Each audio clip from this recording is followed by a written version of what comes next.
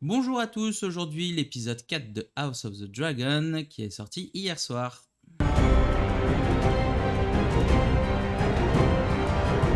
Avant de passer à l'épisode, n'oublie pas de t'abonner et de mettre un like sur la vidéo et de me dire en commentaire ce que tu as pensé de l'épisode. Bon, tout ce que l'on peut dire pour l'instant, c'est que la tension commence à monter du côté de Port-Réal. Oui, effectivement, les différents protagonistes que nous avons, c'est-à-dire entre Rhaenyra, le roi, Alicent, la main et Daemon, ça commence à chauffer, hein, parce que chacun voit un peu ses positions un peu ébranlées, et surtout à la fin de l'épisode. Alors on se retrouve au début de cet épisode 4, on est quasiment après la bataille qu'il y a eu contre les crabes, là, enfin contre la triarde, la triarche. On se retrouve donc juste après, hein, le combat contre la triarche, et on voit Daemon arriver en vainqueur à Port-Réal avec, avec la couronne sur la tête en tant que roi du Détroit, qui a été nommé par tous ceux qui ont survécu à la guerre. Et il se présente au trône de son frère, et son frère, encore naïf qu'il est,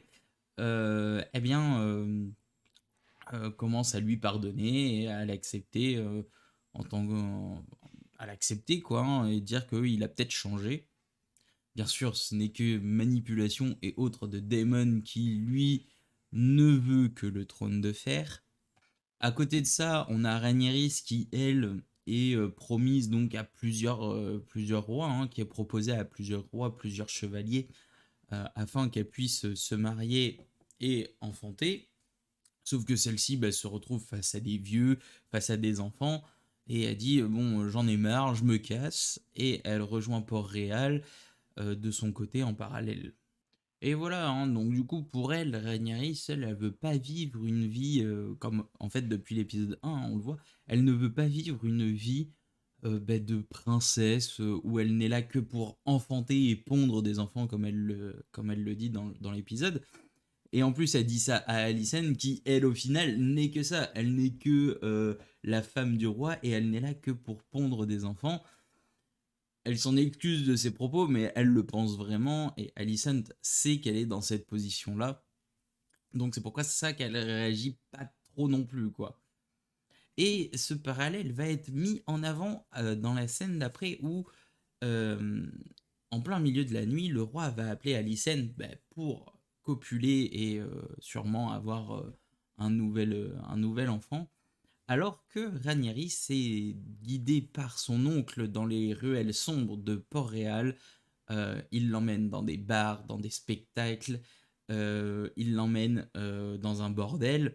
Et c'est là que l'on voit bien la différence entre les deux jeunes femmes. C'est qu'il y en a une qui est déjà promise à être femme de roi, et donc à n'être là que pour copuler et élever les enfants. Alors que l'autre veut vraiment sa liberté, veut vivre sa vie, et donc elle est présentée à tous les plaisirs malsains d'une princesse, mais tous les plaisirs de la vie. Et cependant, j'ai bien cru que Daemon du coup allait profiter un peu de la situation, et au final non. Et on va dire que leur petite bisbille dans le bordel est un peu coupé de court. Daemon préfère aller avec une autre courtisane, et en plus il tombe raide en étant bourré. Et Rhaenyra, elle qui, au final, elle avait pas l'air d'être contre, hein, parce qu'elle commençait à goûter à ces plaisirs-là, et elle décide de se venger en rentrant, en allant sur le garde royal dornien qui avait été choisi lors de l'épisode 2. Et en plus, du coup, cette sortie n'a fait que, comment dire, euh, agrandir les envies de Rhaenyra, parce qu'elle se rend compte que le peuple ne veut pas d'elle sur le trône. Le peuple veut que ce soit son petit demi-frère qui soit sur le trône. Et elle se rend bien compte qu'au final, elle a une place un peu bâtarde, parce qu'elle se dit, ben voilà, j'ai été désignée héritière au trône par défaut avant la naissance de mon petit frère et que maintenant qu'il est là, au final, je vais finalement sûrement être déshérité et ça sera sûrement mon frère qui va devoir être à la place sur le trône. Et une fois cette nuit passée là, la main du roi a des vents que Rhaenyra et Daemon étaient dans un bordel et par le rapporter au roi. Et il est vrai que, comme toute personne en fait normale, au final, le roi n'est pas une personne extraordinaire, il est une personne normale. Et quand on lui rapporte des propos tels que sa fille aurait copulé avec son oncle dans un bordel en pleine nuit, il n'y croit pas. Il commence à douter de la, comment dire, des bonnes intentions de la main de Otto du coup. Et comment dire, au final, Otto ne dit pas vraiment des mensonges, parce que oui, Rhaenyra était en pleine nuit dans les rues de Port-Réal, oui, elle a été dans un bordel, mais non, ils se sont juste embrassés, il n'y a pas eu de copulation, ça n'a pas été consommé. Mais au final, le roi ne le croit pas, mais enfin, comment dire, il ne veut pas accepter ces paroles-là. Donc il dit à la main qu'il ment, mais au fond de lui, il sait que c'est possible, surtout avec Daemon, avec son frère, il sait que ce sont des choses qui sont possibles. Alicent, lui, elle qui est profondément choquée et décide de en parler à Rhaenyra, et Rhaenyra, je ne m'y attendais pas, mais Rhaenyra lui dit la vérité sur la nuit qui s'est passée. Alors pas le fait qu'elle ait copulé avec le Dornien, le Dornien, celui qui est chevalier, mais sur ce qui s'est passé dans le bordel et ce qui s'est vraiment passé dans la soirée. Et au final, on voit bien que Rhaenyra, elle ne ment pas, elle assume ses actes. Elle n'a pas envie de mentir, de toute façon, elle n'a pas l'air d'être comme son oncle. Et elle décide donc de, euh, de tout dire à Alicent. Moi, ça m'a pas choqué. Par contre, après Daemon, une fois qu'il est réveillé de sa nuit de beuverie et de plaisir fou, il est demandé à la main, enfin, il est demandé en audience auprès du roi. Et là, le roi le fustige forcément parce que, au final, le roi croit la main. Et ce qui me paraît bizarre, c'est que il n'aille pas voir directement sa fille. Voilà. Il n'a que les propos rapportés de sa fille par Alicent. Moi, j'aurais bien vu une sorte de confrontation entre le roi, Daemon et Rhaenyra. Et là où Rhaenyra balance la vérité et Daemon se foutant de la gueule du roi, j'aurais plus vu un truc comme ça. Mais au final, bon, ils ont préféré faire comme ça, il n'y a pas de problème, hein, ça passe quand même. Et le plus choquant, c'est qu'à la fin, donc, il demande donc à Daemon, à la suite de l'audience, de ne plus revenir ici et de lâcher tout le monde. Daemon, lui, dit, écoute, ta fille, elle veut de personne, elle veut pas de tes gus que tu lui proposes. Moi, je la prends, j'en fais ma femme, et de toute façon, bon, voilà, hein, ça changera pas des mœurs Targaryens, ça ne changera pas des mœurs de nos différentes familles d'avant, où l'inceste était plutôt commun à l'époque. Et à la suite de ça, je sais pas comment ça lui a pété au casque au roi, mais et c'est là que le roi décide de remercier la main, donc de remercier Otto en tant que main du roi, parce qu'il se sent manipulé, il sent qu'il trame quelque chose. De toute façon, je l'avais dit lors de la review de l'épisode 1, je le sens pas.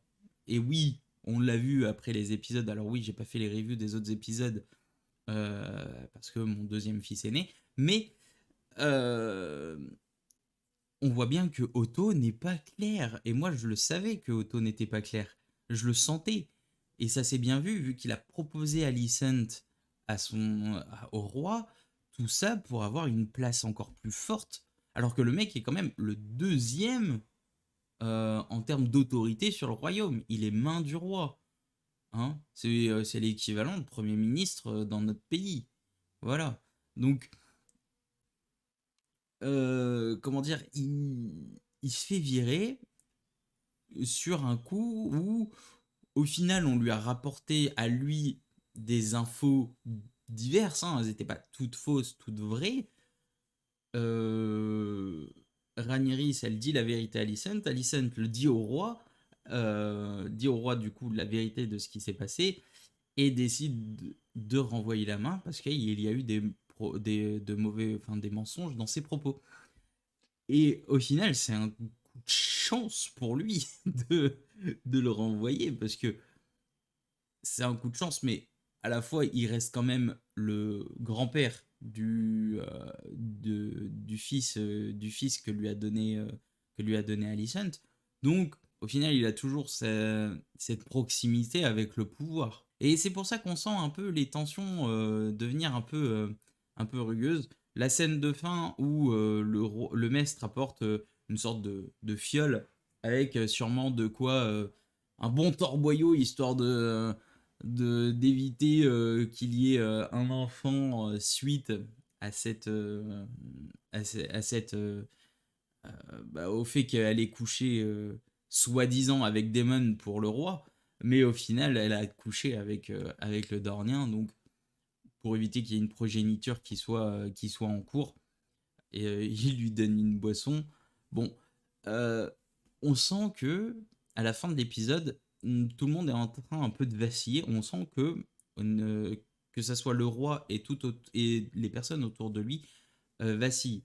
On sent que Daemon, il commence à en avoir ras-le-bol que son frère lui casse les pieds et qu'il peut pas faire ce qu'il veut. Et qu'il sent que le trône s'échappe de plus en plus d'entre ses mains. Rhaenyra en a ras-le-bol de son père et des coutumes, des officialisations d'être princesse, de devoir avoir un roi, enfin de devoir être mariée, être femme, de devoir faire des enfants et tout ça. Elle veut pas ça. On a Alicent qui, on l'a bien vu, se rend compte elle commence à se rendre compte de plus en plus qu'elle n'est là que pour satisfaire le roi en termes de sexualité et de progéniture, et c'est tout. Otto, du coup, qui est renvoyé et qui n'est plus la main du roi, et le roi lui-même se rend compte que tout autour de lui, au final, il n'est pas si accompagné que ça et qu'il est de plus en plus seul, voyant son frère faire que des conneries et se barrer, voyant sa fille commencer à faire des conneries et aller à gauche à droite, voyant la main lui rapporter des propos assez calomnieux sur sa fille, et voyant Alicent, encore du côté d'Alicent ça va, mais il va sentir que Alicent s'échappe d'entre ses mains, vu qu'il l'a renvoyé Otto, qui était la main du roi. En tout cas, en conclusion, tout ce que je peux dire, c'est que donc les tensions montent, et là, je pense qu'on va avoir un épisode 5.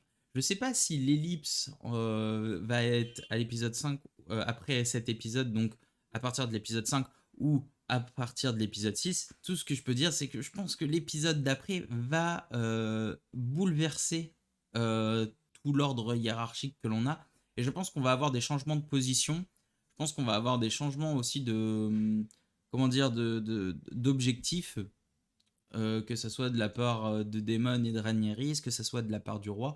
Et Otto, je sais pas si on va le revoir. J'espère. Parce que même s'il est méchant, il a un bon rôle de méchant, quoi. Il a un bon rôle de, de manipulateur. Et l'épisode 5 va être quelque chose. Et comme quoi, au final, on peut avoir un épisode calme. Cet épisode a été calme, d'accord? Mais on a eu 3 épisodes où ça envoyait un peu du lourd, ça envoyait, que ce soit en termes de baston, que ce soit en rythme, ça envoyait. Là, on avait un rythme un petit peu plus calme, mais ça dérange pas parce qu'on est à l'épisode 4, on a déjà eu un peu d'action. On sait que, au vu du récit de cet épisode, on sait qu'on va avoir des choses encore qui vont être encore bien plus rythmées après. Un petit épisode un peu plus calme, c'est bien, comparé à d'autres séries qui ont déjà sorti 3 épisodes et où c'est toujours aussi lent. Voilà, on peut faire un épisode lent dans une série, y a aucun problème, hein. Il faut aussi régler, moduler un peu le rythme. et avoir des épisodes où c'est très rythmé et des épisodes un peu moins rythmés. Là, on a eu un épisode un peu moins rythmé avec un peu plus de mise en situation, de mise en place en fait des pions, de mise en place de comment dire des actions qui sont faites et qui vont avoir une répercussion sur les épisodes d'après. Et pour moi, les 2 prochains épisodes vont être très importants avant qu'on ait un épisode un peu plus calme. Et après, on va partir sur les 2 derniers épisodes qui seront, je pense, à mon avis, très, avec beaucoup d'action, beaucoup de rythme et beaucoup de morts. De toute façon, on est dans House of the Dragon. Voilà, c'était tout pour aujourd'hui. Je vous souhaite une bonne journée. Tchuss!